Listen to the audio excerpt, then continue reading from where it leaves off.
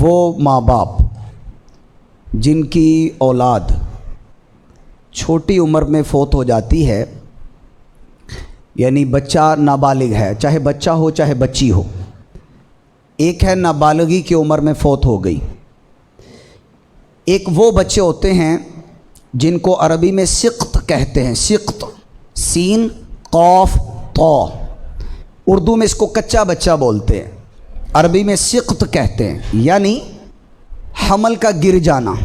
دو طرح کا ہے، ایک ہے حمل کا گر جانا، بچہ ہے پیدائش پراپر نہیں ہوئی، وقت سے پہلے بچہ گر گیا، یعنی ایکسپائر ہو گیا، فوت ہو گیا، ایک وہ کیٹاگری ہے بچوں کی۔ ایک وہ کیٹاگری ہے پیدا ہوئے، زندگی میں آئے، دنیا میں سانسیں بھی لیں، چاہے چند سانسیں لیں یا چند سالوں کی سانسیں لیں، لیکن نابالغی کی عمر میں دنیا سے چلے گئے، نابالغ تھے۔ تو ایسوں کے ساتھ اظہار ہمدردی کرتے ہوئے میں انشاءاللہ کچھ حدیثیں پیش کرتا ہوں، ان ماں باپ کو تسلی دینے کے لیے۔ وہ تسلی رکھیں کہ آپ مسلمان ہیں، آپ تسلی رکھیں، اللہ نے آپ کے لیے بڑا اجر رکھا ہے۔ ہم عافیت مانگتے ہیں اللہ سے، ہم رب سے سلامتی مانگتے ہیں، ہم رب سے مصیبتوں سے خلاصی مانگتے ہیں، ہم آزمائشوں سے بچنا چاہتے ہیں، لیکن یہ شریعت مطہرہ کے احکامات۔ تو ان ماں باپ کے ساتھ اظہار ہمدردی کے لیے، تعزیت کے لیے، تسلی کے لیے کہ آپ تسلی رکھیے، اگر کوئی نابالغ بچہ بچی فوت ہو جائے یا کوئی سقط یعنی حمل گر جائے، وقت سے پہلے بچہ پیدا ہو جاتا ہے اور ڈیتھ ہو جاتی ہے اس کی، تو وہ اللہ کی رحمت پر بھروسہ رکھیں۔ یہ دونوں طرح کے بچے قیامت والے دن اپنے ماں باپ کی شفاعت کروا کر ان کو جنت میں ساتھ لے کر جائیں گے۔ جی آئیے میں آپ کو حدیثیں پیش کرتا ہوں۔ پہلی حدیث مبارکہ ہے، آئیے آپ کو حدیثیں اس کے اوپر پیش کرتا ہوں۔ مسند اسحاق بن راہوے، یہ امام بخاری رحمہ اللہ کے شیوخ میں سے ہیں، اسحاق بن راہوے رحمہ اللہ، ان کی حدیث کی کتاب ہے مسند اسحاق بن راہوے، حدیث نمبر ہے 2074۔ آپ حدیث سنیں گے جھوم جائیں گے۔ ایک روایت میں یعنی یہاں راویوں کے بارے میں ایک لکھا ہے کہ ان حبیبہ او ام حبیبہ، یعنی یا تو یہ حضرت حبیبہ سے روایت ہے یا ام حبیبہ رضی اللہ عنہ سے روایت ہے۔ آپ فرماتی ہیں کہ ہم سیدہ عائشہ صدیقہ رضی اللہ تعالیٰ عنہ کے گھر میں تھے، رسول پاک صلی اللہ علیہ وسلم تشریف لے آئے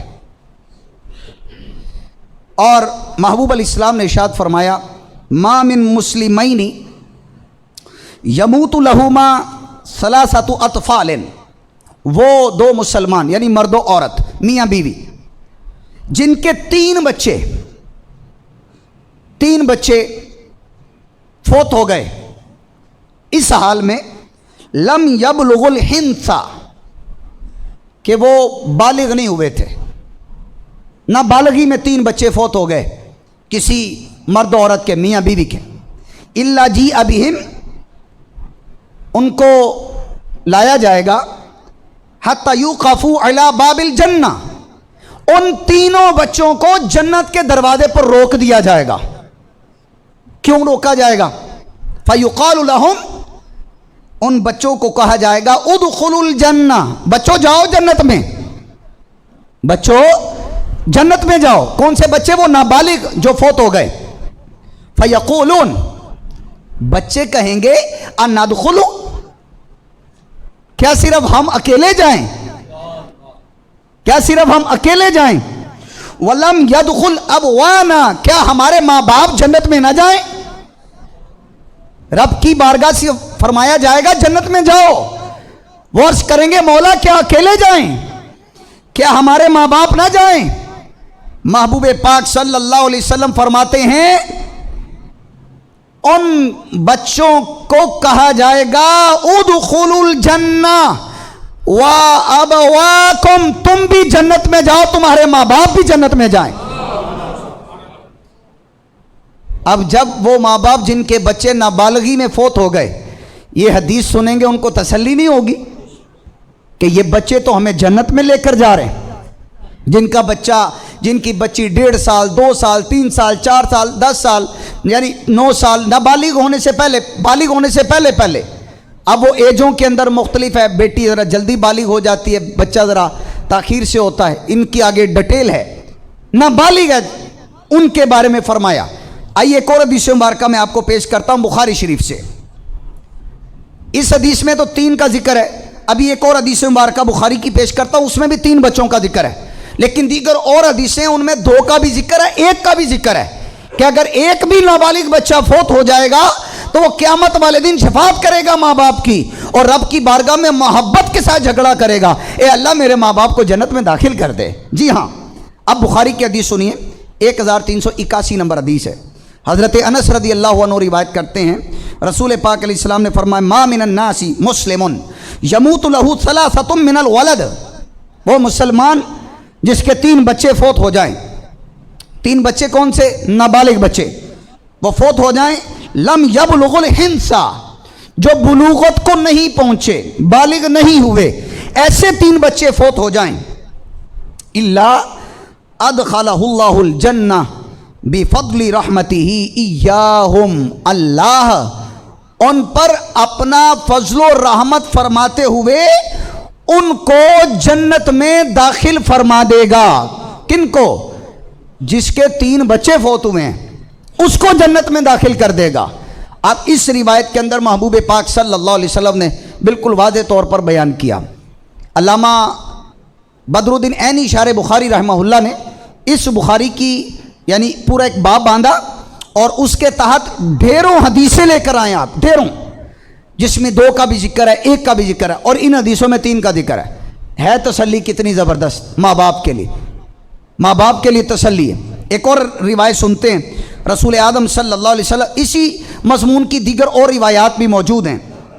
ایک روایت کے اندر آتا ہے کہ وہ بچہ جس کو سقط کہا جاتا ہے، سقط یعنی حمل گر جائے جب اس اور بچہ فوت ہو جائے، اس کو عربی میں سقط کہتے ہیں، اس کے بارے میں حدیث مبارکہ سنیے۔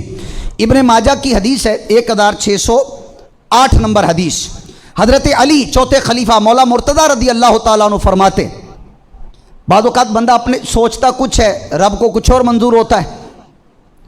بعض اوقات بچہ وقت سے پہلے پیدا ہوتا ہے، فوت ہو جاتا ہے، ماں باپ پریشان ہوتا ہے، یقیناً وہ وقت پریشانی کا ہوتا ہے، لیکن جب اس طرح کی حدیثیں سنتا ہے بندے کو تسلی ہو جاتی ہے۔